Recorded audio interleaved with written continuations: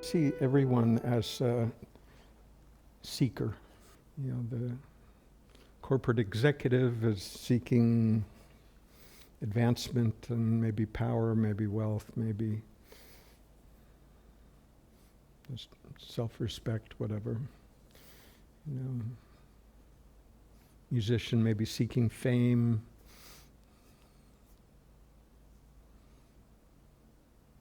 The drunk in the alley is seeking just to feel better, right? Get through another day. Lots of people out there sort of seeking some identity that they're comfortable with, seeking comfort, seeking security, seeking companionship. I mean, all of these different ways of just sort of seeking something to feel better, right? Then we get into the spiritual world. Then there's enlightenment, right? Eternal bliss.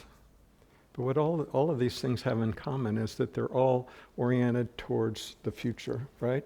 Something in the future is going to happen, I hope, that will make me feel better than I do now. You know, so there's a sort of a built-in dissatisfaction there that what's happening right now isn't sufficient, but if I get somewhere, if I get something, acquire something, achieve something, attain something, then I'll be happy, right? So it's almost not so much what the goal is, it's much more about how I'll feel when I get to the goal, right? So in that sense, the goal's not terribly relevant, whether it's, you know, we're seeking in, you know, one corporate world or, you know, in whatever field we happen to be. Maybe it's relationships, maybe it's, you know, various forms of addiction, maybe it's spirituality. It's all sort of oriented towards, you know, improving how I will feel when I get there, right? So in that sense, we can see this sort of commonality, however it plays out functionally or dysfunctionally, but it's oriented towards the future and it has everything to do with how I imagine I'll feel when I get there, right? That makes sense? So the question is, what's absent now that is preventing me from feeling however I think I'll feel when I get there?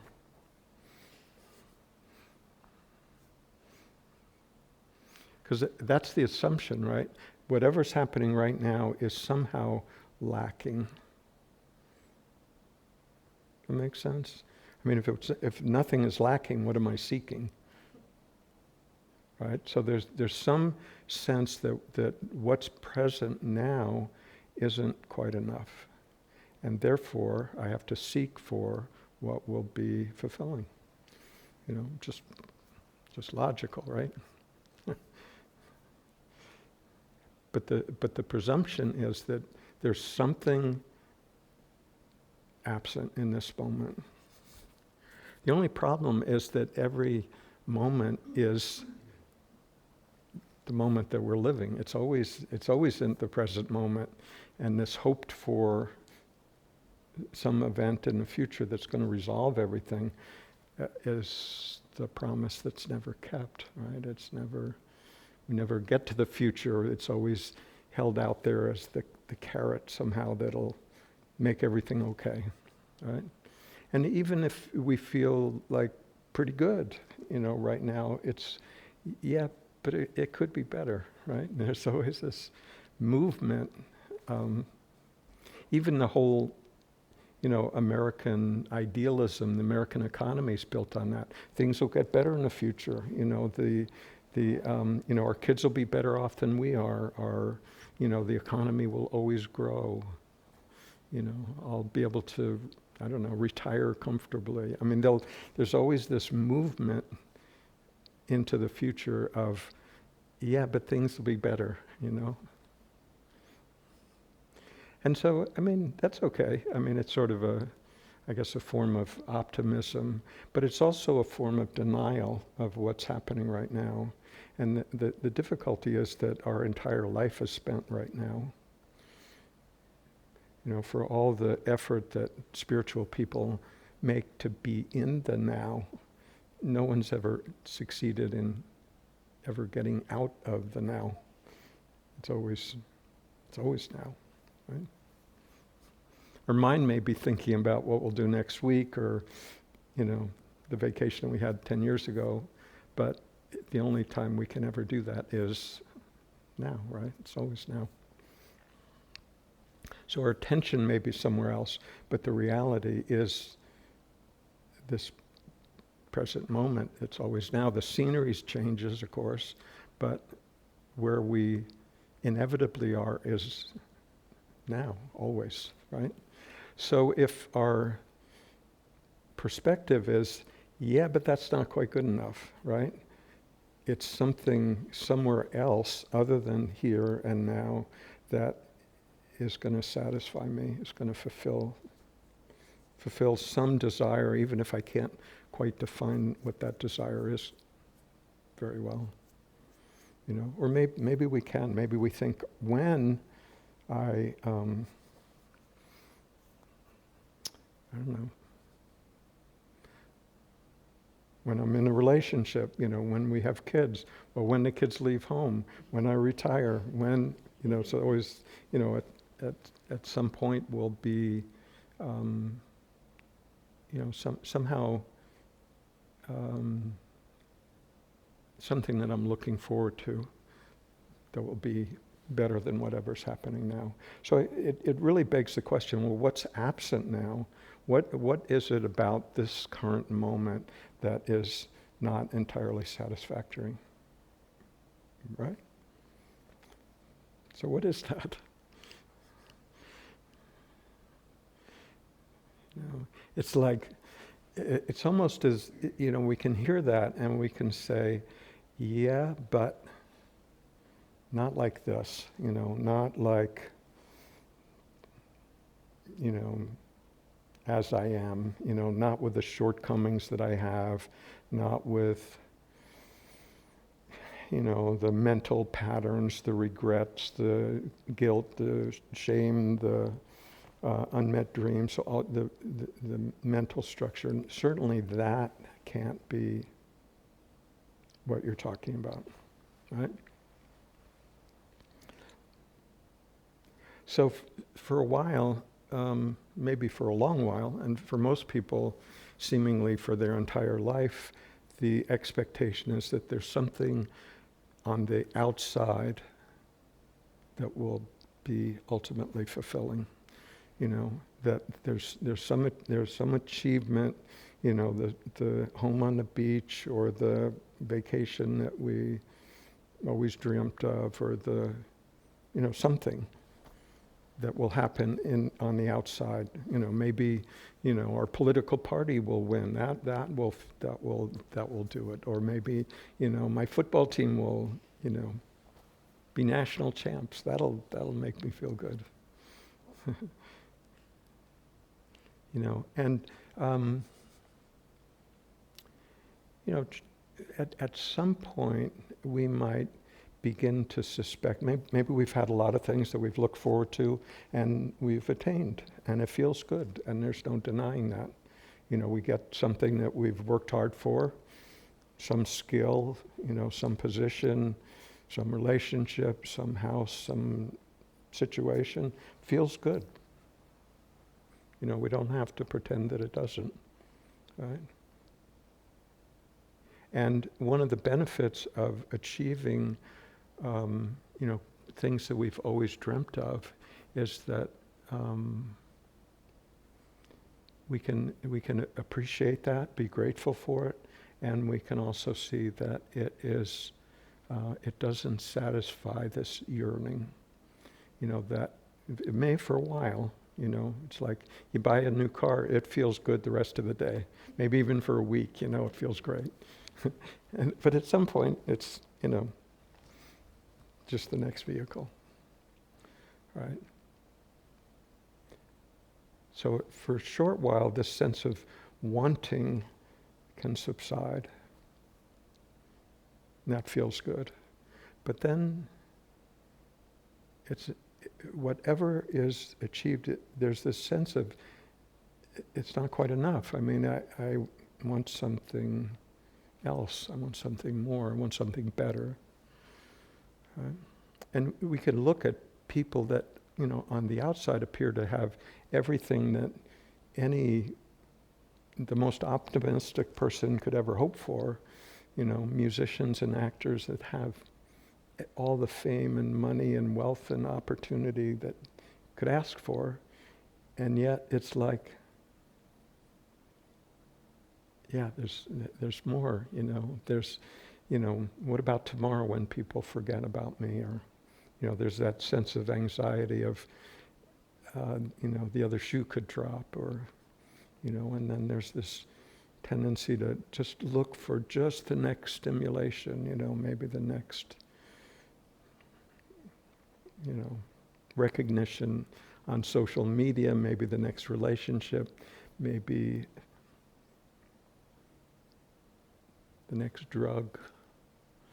We can see that operating, where it's no matter what is gained, there's always a sense of not enough, right? Okay, so at some point, we might have the good fortune to, see that pattern and be willing to even ask the question of, okay, is there anything else? Sort of the sort of fabled midlife crisis, like, wait a minute, is this all there is? Is this what it's all about?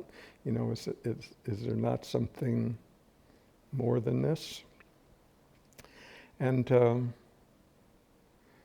so this can be a first movement towards looking for something, looking in a different direction, right? So, up till that point, it's, our attention, it may be outward, right? Towards what life can offer me, what the next experience can offer me. I mean, it can be big things. It can be, just looking for, like, I'm looking forward to going out to dinner tonight, and then a movie, and then, and then tomorrow I'll do, it can be, that sort of rapid looking for the next moment to satisfy me, or it could be a long-term goal. But either way, it's that outward movement.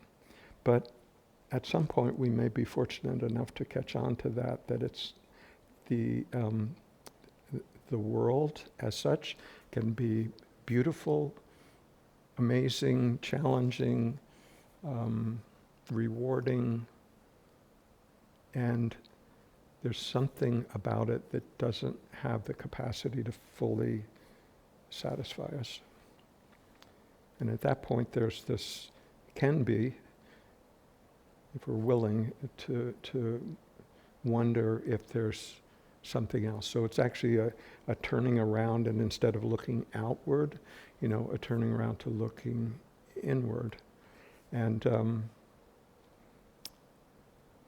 what usually happens is when we turn around to begin looking more inwardly is that we're astonished and embarrassed and overwhelmed by all the things that the mind can come up with, And this is often what happens in meditation, right? You sit quietly and nothing much happening, and the mind just says, okay, now's my chance to just, let loose and think about all those things that I may not have wanted to think about, all those silly things, all those, things I don't really want to remember, all those, all of that just seems to come forward. And what most people do with that in meditation is try to make it stop. Right? Anybody succeed in that?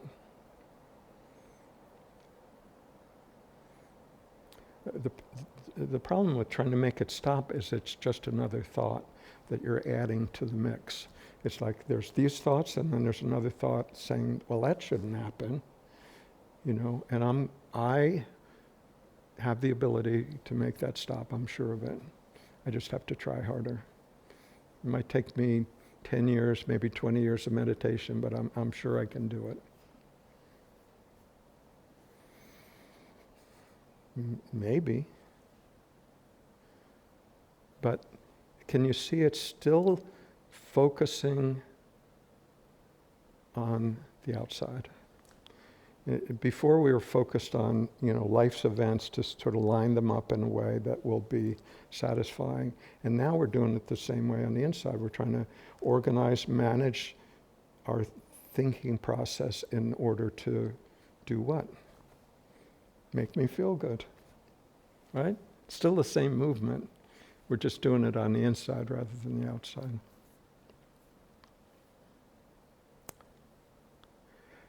The thing that scares us is like, well, if I don't try to make it stop, it'll just keep going, right? Well, what would happen if I just took my hands off the wheel? I mean, who knows what could happen?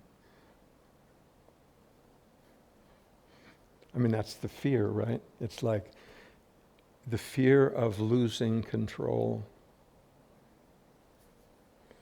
It's the same thing we're doing on the outside world, trying to control events, situations to my liking, right? So things are more comfortable for me, more safe, more pleasant. So it's actually the same movement when we try to do that on a psychological level. I'm just going to learn to control and manage this sort of noisiness that's happening in my mind in order to feel better. And if it's not happening now, I just have to try harder.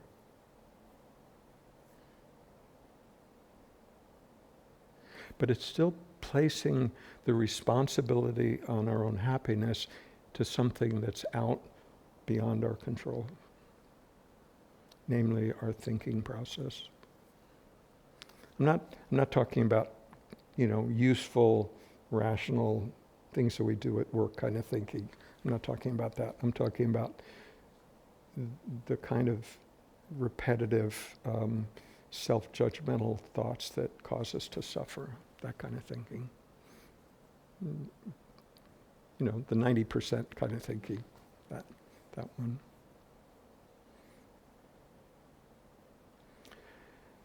So one of the really useful things about meditation as I see it is to see that mechanism at work, see how the mind, just that thoughts appear. And one of the useful things about it is that what most people try to do is to control that, to manage it, to think the right thoughts, not think all those other thoughts. Think more spiritual thoughts.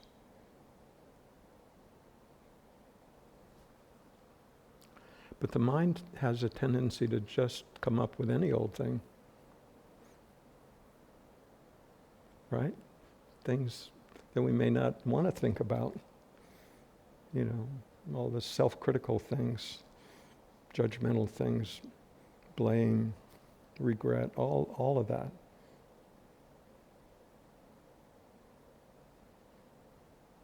And it seems to do it without our permission. Right?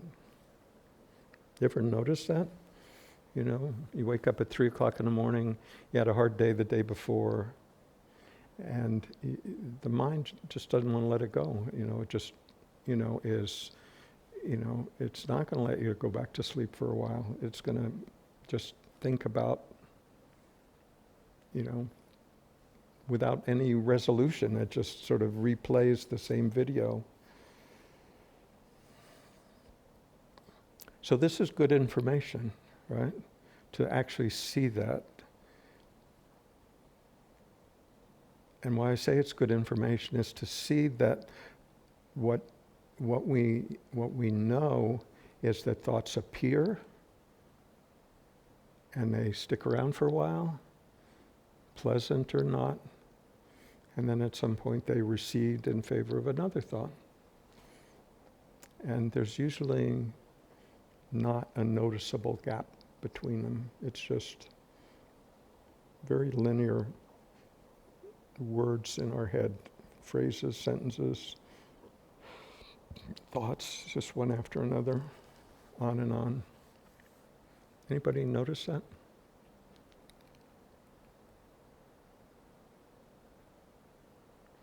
So when I say it's good information, it's valuable to see that thoughts arise without our permission. We may decide to think something, but then we can wonder, well, why did I decide to think something? You know, there's no getting to the source of that kind of question. So if thoughts arise on their own and subside on their own, with or without our permission, are you responsible for your thoughts?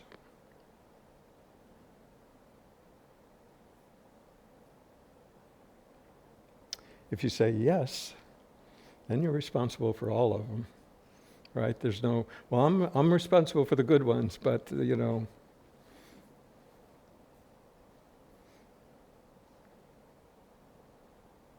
my mom or dad's responsible for all the other ones, right? No, it's an all or nothing question, right? So if thoughts arise without our permission and stick around maybe longer or maybe not as long as we'd like, and then recede in favor of another thought, also just seemingly arising, that's what we can say for sure. I mean, that's our direct observation. That's what we can notice. We presume that therefore there's someone thinking those thoughts, namely me, right?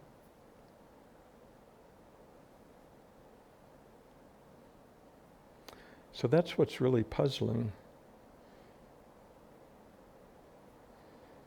Because thoughts happening are undeniable. But then there's a presumption, well, it's me that's thinking those thoughts. But and I say it's a presumption because if we actually went and tried to go find that me, it is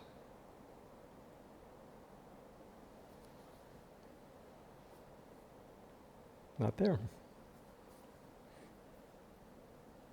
There's thoughts about the me that's thinking the thoughts, but it's just another thought.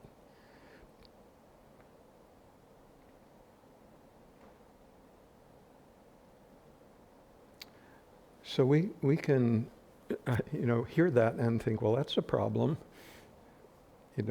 or we can think, well, if thoughts are just arising, then even the problematic thoughts in my head aren't really who I essentially am. They're just thoughts. Where did the thoughts come from? I mean, we can often trace back certain patterns to, earlier times in our life, usually really early times in our life. Certain ways we think about things, think about ourselves.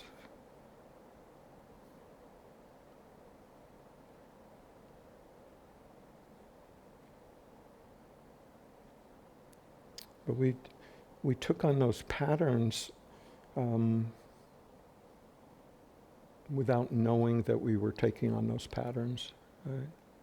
I mean, when we were 10 years old, I mean, a really common pattern is, a sense of unworthiness, like, I'm not worthy, right? So where did that come from? I mean, it wasn't like when we were 10 years old, we consciously decided that, we're sort of planning out our future life and thinking, well, you know what, I think when I'm an adult, I think what I'd really like to feel is being unworthy.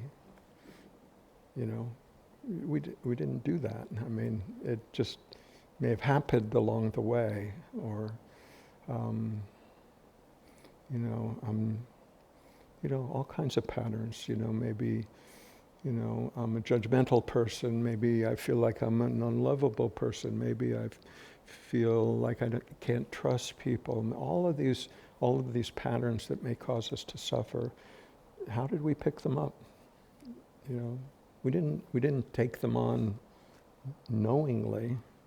They just sort of, we found ourselves an adult, and, it seemed like there were these patterns of behavior, thought patterns that were happening.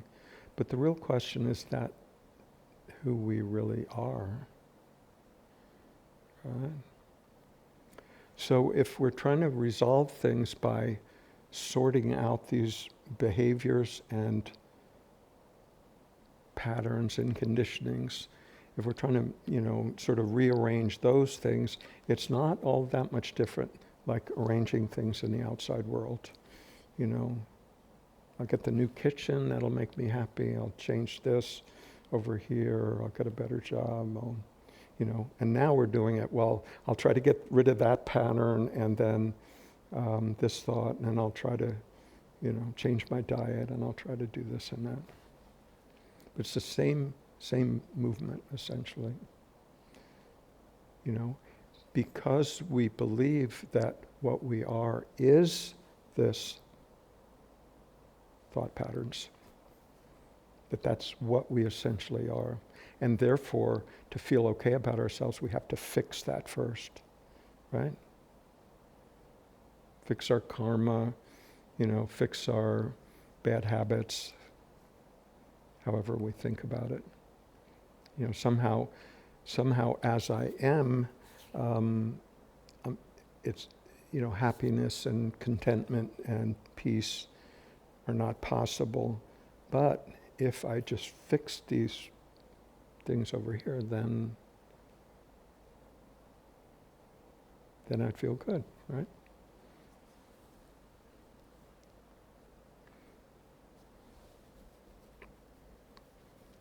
So as long as we believe that, then we will see this journey or life, however you view it, as a self-improvement project. I've just got to work harder to get there. And then once I sort of fix that, then maybe I'll be eligible to be happy.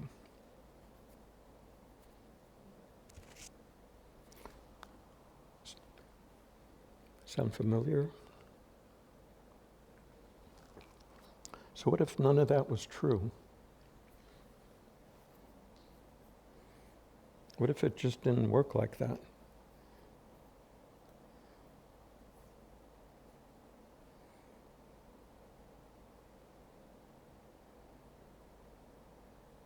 So what, it seems like an essential part of the process to be willing to look at whatever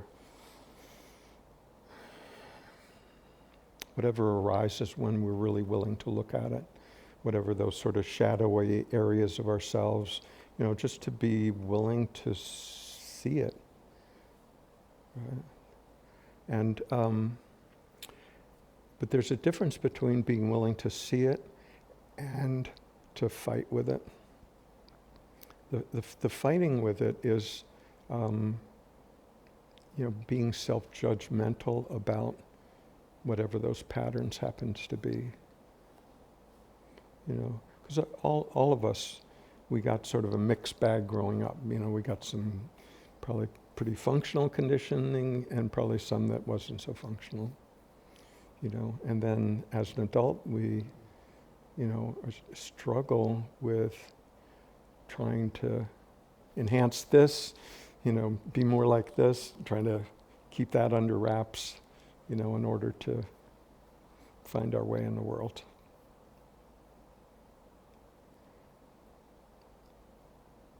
But when we're really looking to find some abiding sense of peace and tranquility and contentment,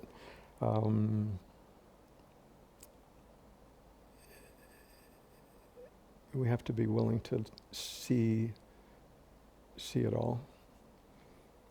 It's not sort of possible to suppress something to the extent that it won't ever raise its head again. And the only way through that is to allow it to be seen. I don't mean acted upon, that's a different thing, but to allow it to be seen clearly, objectively, and most importantly, non-judgmentally. It's just conditioning. It's not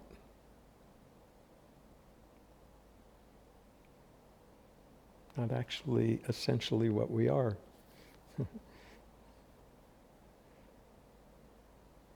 And to hear that it's not essentially who we are, even if that's taken on as just a concept, as I like to call it a useful construct.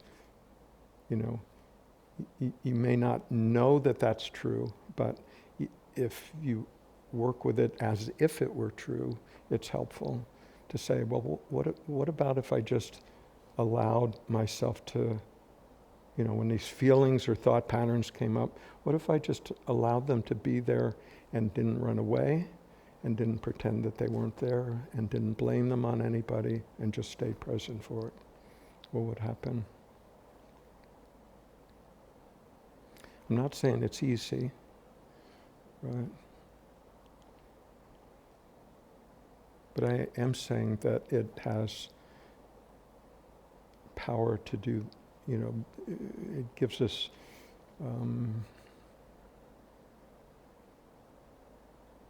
it's the way through that, right?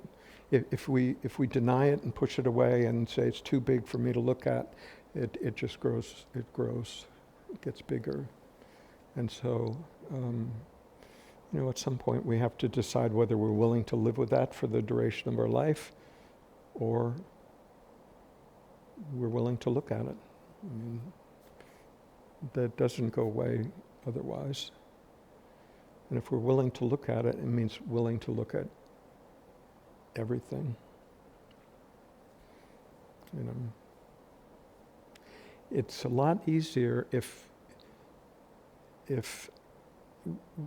what is looking at the conditioning knows that what we are essentially is not that conditioning.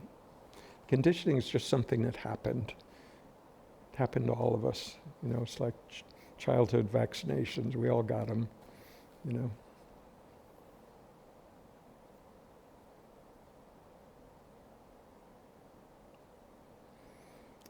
And so the question is, do we identify what we are as that package?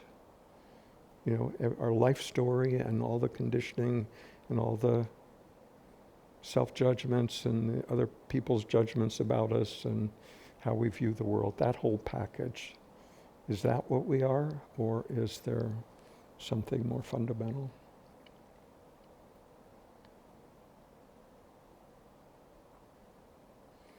And what we're pointing to this morning in the guided meditation is this capacity that we all have in equal measure already of being aware of whatever's happening.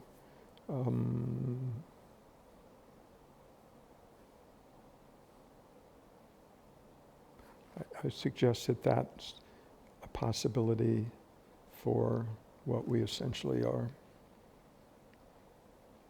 Everything else comes and goes.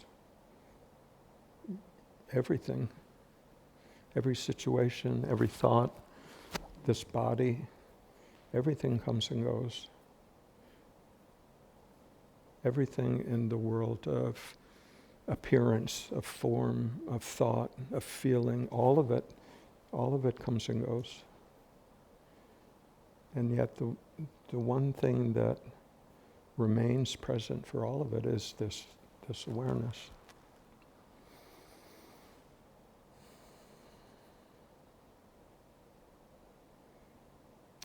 I mean, it's not difficult to notice, and so it raises the question, well, if all these other things are temporary, but there's this one thing that's seemed to be present ever since I was a kid, I wonder if that's who I could essentially be.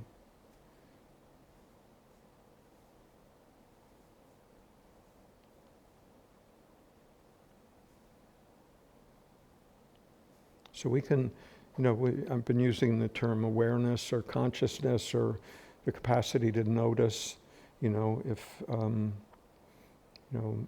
you're, of a more religious persuasion, we could call it spirit.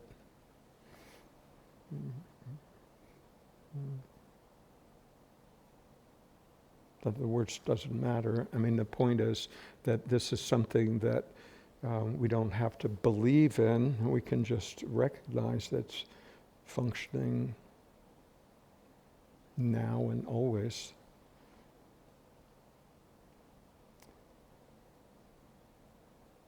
And so from that perspective of just being aware of this conditioning, we get some daylight between the perspective from which we're viewing from and what we're looking at. And what we're looking at is the patterns and conditionings and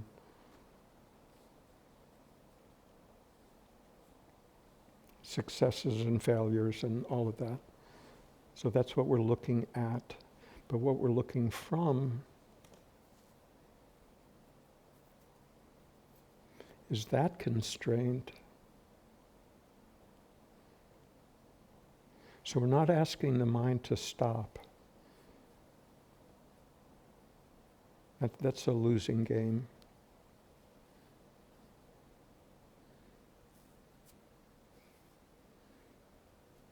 The mind may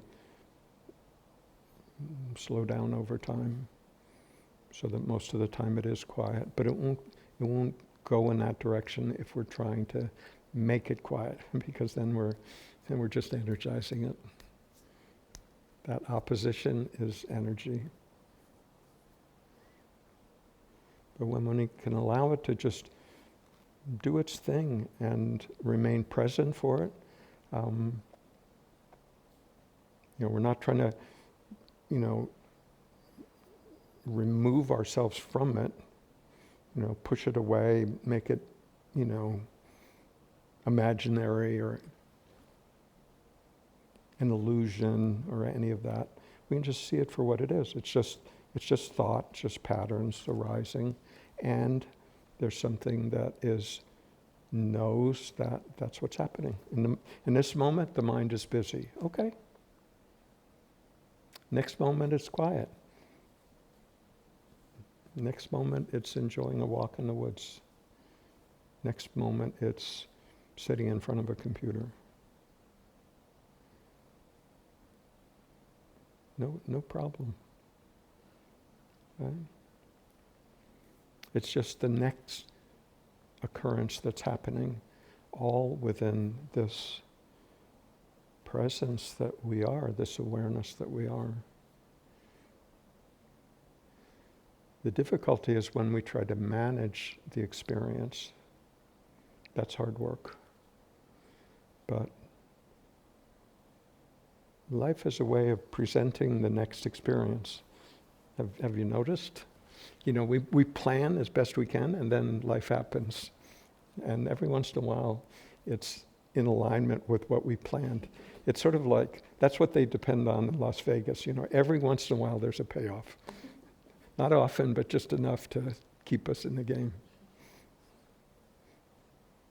But life continues to unfold. Most of the time we're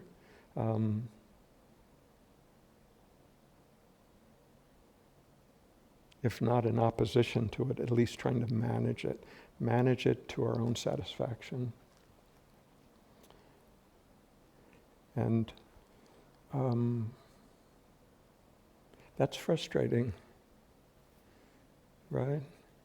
Because it doesn't often turn out like we would like it to. Sometimes. But then even when it does turn out like we were hoping it would, somehow that's not as satisfactory as what we had hoped for.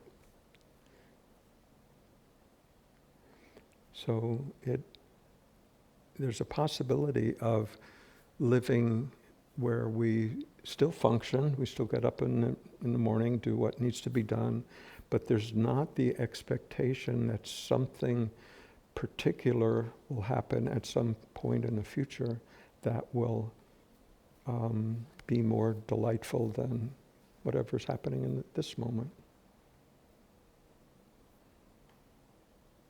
That's the trap. Right?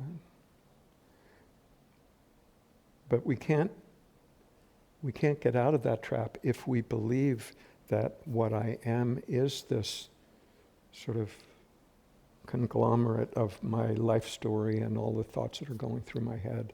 If we believe that that's the entirety of what I am, rather than just the experience that I'm having, then it feels like, no, I've got to fix that. And that's a lifelong process. Lifelong process that never comes to the end, because we'll always find another thing that needs to be fixed. Right? But here's the amazing, wonderful, liberating thing, is that when we recognize that what's essential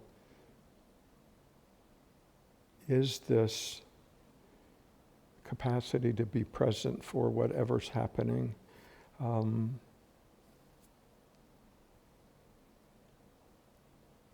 Those things that seem to cause us the suffering gradually relax their grip.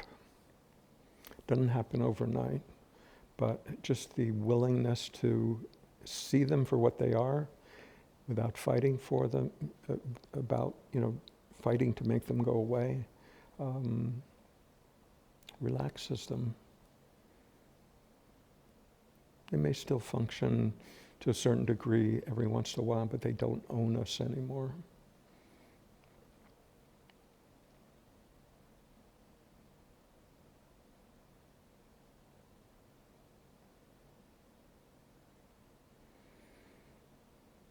And then life has a way of, life feels smoother. I mean, things still happen. Sometimes difficult things still happen, but it doesn't feel so personal. It's something that happens. Yeah, this organism needs to deal with it. Yes, but it doesn't define what we are essentially. That's the freedom.